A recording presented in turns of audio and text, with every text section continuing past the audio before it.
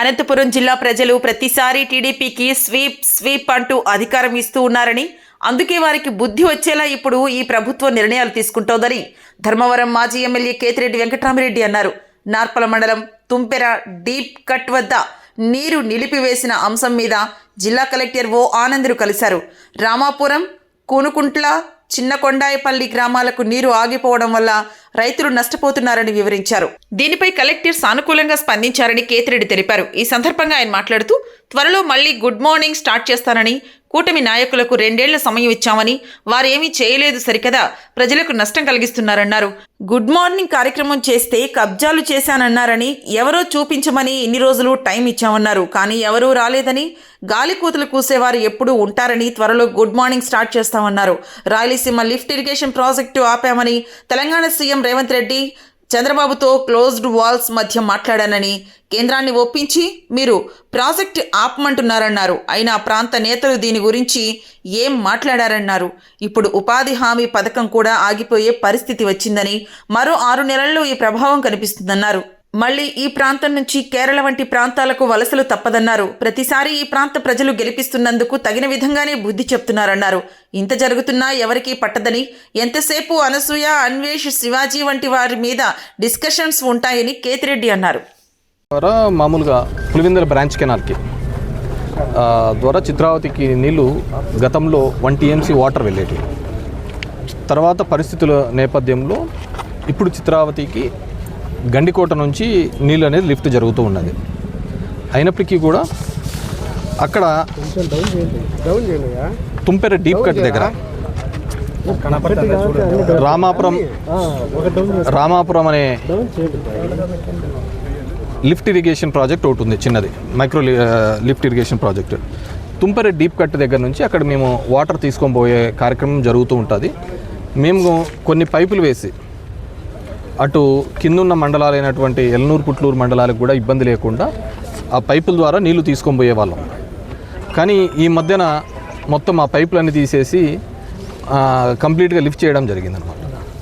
దాంతో ఆ లిఫ్ట్ చేయడం వల్ల ఎల్నూరు, పుట్లూరుకు సంబంధించిన రైతులు కొంతమంది అక్కడున్న వాళ్ళు వచ్చి పూర్తిగా దాన్ని క్లోజ్ చేయడం జరిగింది.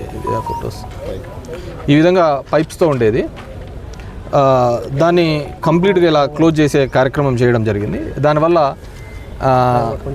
కింద ఉన్న 3 గ్రామాలకు సంబంధించి రామాపురము, చిన్నకొండాయపల్లి, కునుకుంట్ల గ్రామాలకు కంప్లీట్గా నీటి ఎద్దడి ఏర్పడే ప్రమాదం ఉంది. కాబట్టి కలెక్టర్ దృష్టికి ఈరోజు తీసుకొని రావడం జరిగింది. ఆల్రెడీ GOMS నెంబర్ 443 డేటెడ్ 1/12/1984 దాని ప్రకారం అక్కడ దగ్గర 586 ఎకరాలకు ఆయకట్టుకు ఆ లిఫ్ట్ ఇరిగేషన్ ద్వారా నీళ్ళు అందించే కార్యక్రమం ఉంటుంది. కాబట్టి దయచేసి దానిని ఇబ్బంది పెట్టద్దండి అని చెప్పేసి మేము అడగడం జరిగింది. దానికి కలెక్టర్ గారు కూడా సానుకూలంగా స్పందించినారు. 1-2 రోజుల లోపల రెక్టిఫై చేసేసి నీళ్లు వదిలే కార్యక్రమం చేస్తామన్నారు. సో మీరు ఒకసారి నీళ్ళు వదిలిపెట్టేసి మళ్ళీ లేకుండా ఆ పైప్స్ కూడా వేపిస్తే మళ్ళీ రైతాంగానికి ఇంక ప్రతిసారి ఇబ్బంది ఉండదు అని చెప్పేసి తెలియజేయడం జరిగింది. అది కూడా తొందరలోనే చేపిస్తానని చెప్పేసి కలెక్టర్ గారు చెప్పడం జరిగింది. చేస్తాం కదా, డెఫినెట్గా సమస్యల మీద దాని మీద చేస్తుంటాం. దాని మీద ఏడ్చిన ఆయిల్ కూడా ఉంటా అంటారు. 2 సంవత్సరాలు అయిపోయింది. ఏడ్చిన ఆయిల్ని కూడా మేము అడిగినాం, మీకు ఏదైనా ఉంటే చూపించరా అని చెప్పేసి. ఇంతవరకు కూడా ఏ గాడిద కూడా ముందుకు వచ్చి చూపించినది లేదు, దానిల గురించి మాట్లాడిన సందర్భము లేదు. సరే, గాలి కూతలు కూసే వాళ్ళకు, గాలి మాటలు చేసేవాళ్ళకు కానీ మేము ఒక 2 years కూటమి వచ్చిన తర్వాత వాళ్ళు ఏ విధంగా చేస్తారు, ఇచ్చిన హామీలు ఏ విధంగా నెరవేరుస్తారు అని చెప్పేసి వాళ్ళకు టైం ఇవ్వడం జరిగింది. వాళ్ళు హామీలు కాదు కదా, ఏమీ చేయలేని పరిస్థితి. నిన్న చూసినా మనం రేవంత్ రెడ్డి ఏ విధంగా స్టేట్మెంట్ ఇచ్చినాడు. నేను చంద్రబాబు నాయుడు క్లోజ్డ్ వాల్స్ మధ్య మీటింగ్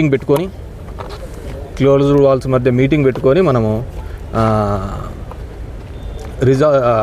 ఈ రాయలసీమ లిఫ్ట్ ఇరిగేషన్ని ఆపినాము అని చెప్పేసి చెప్పడం జరిగింది. దాంట్లో ఏంది, కేంద్రంతో చెప్పించి ఆపించే కార్యక్రమం చేసినాము అని చెప్పేసి కూడా చెప్పడం జరిగింది. అలా ఉన్నారు మన వాళ్ళు. ఇక్కడున్న వాళ్ళు కూడా మాట్లాడే పరిస్థితి లేదు. రాయలసీమ ప్రాంతానికి ఇంత అన్యాయం జరుగుతున్నప్పటికీ కూడా మాట్లాడలేని పరిస్థితిలో ఉన్నారు. మన దగ్గర ఎయిమ్స్ ఉంది, పోయింది. మనకు వచ్చిన లా యూనివర్సిటీ కన్నా ఇక్కడ కర్నూలు పోయింది, హైకోర్టు పోయింది, బ్యాంక్స్ పోయినాయి, అన్నీ తీసిపోయి అమరావతిలో పెడుతున్నారు.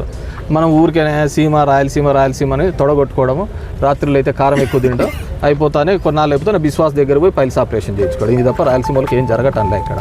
అంత లేని పౌరుషాలకు పేర్లు చెప్పుకొని ఉప్పు కారం తింటానం తప్ప మన ప్రాజెక్టులు ఇన్ని పోతానే, మనం ఇన్ని జరుగుతానే కానీ మాట్లాడలేని దయనీయమైన పరిస్థితులలో ఈరోజు ఇక్కడున్న ప్రజాప్రతినిధులు ఉన్నారు, అందరూ ఉన్నారనమాట. రోజు మనకి ఏందని కావాలంటే ఒక డిస్కషన్ కావాలంటే ఏందుంటుంది, అనసూయ, అన్వేషు, ఈ శివాజీ, ఇవే డిస్కషన్లు టీవీలలో. అరే నీళ్ళు ఎత్తపోతున్నారా, నీళ్ళు రాకుండా ఆపుతున్నారా అనే దాంట్లో కూడా మాట్లాడలేనంత దౌర్భాగ్యమైన పరిస్థితి ఉంది.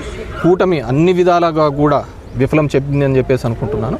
అదేవిధంగా ప్రతి దాంట్లోనూ కూడా ఏదో విధంగా ప్రజల్ని మభ్యపెట్టడం, మోసం చేయడం అనే ఒక ఆలోచనతో ఈ ప్రభుత్వం పనిచేస్తుంది తప్ప పేదవాడికి న్యాయం చేయాలనే దాని మీద పనిచేయటం లేదు. అన్నిటికంటే దారుణమైందంటే ఇదే జిల్లాలో ఇక్కడే బండమీదపల్లిలో మొదలుపెట్టినటువంటి ఎన్ఆర్ఈజే స్కీమ్, బండ్లపల్లిలో మొదలుపెట్టినటువంటి ఎన్ఆర్ఈజే స్కీము మొత్తం అంతా దాన్ని డైల్యూట్ చేసినారు.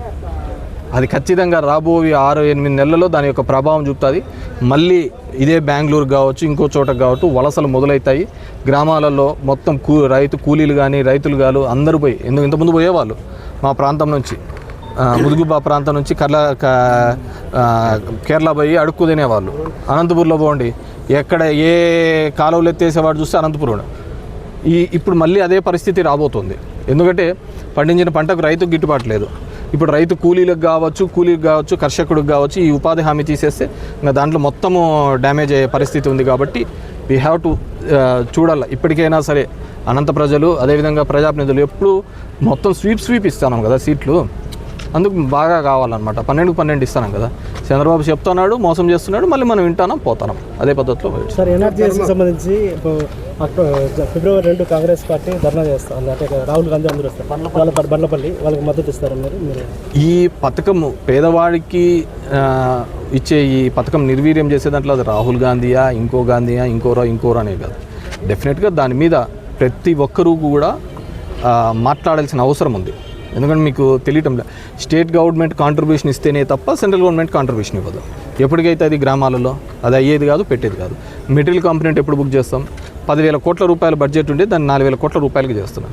సో ఖచ్చితంగా ఇది అయితే మాత్రం పేదవారికి ఖచ్చితంగా కూడా ఇబ్బంది కలిగించే కార్యక్రమం. ఏదో పేరు మార్చినామని చెప్పేసి అందరూ డైవర్ట్ అయిపోయినారు. దాన్ని ఏంది గాంధీజీ పేరు తీసేసినారు, దీనికి ఇంకో పేరు వచ్చిందని. ఆ పేరు అందరూ ఆ డైవర్ట్ ఉన్నప్పుడు ఈ పథకం యొక్క మొత్తం ఈ చట్టాన్నే కంప్లీట్గా దాంట్లో లోపభూయిష్టంగా ఉందని చెప్పేసి తెలియజేస్తాం.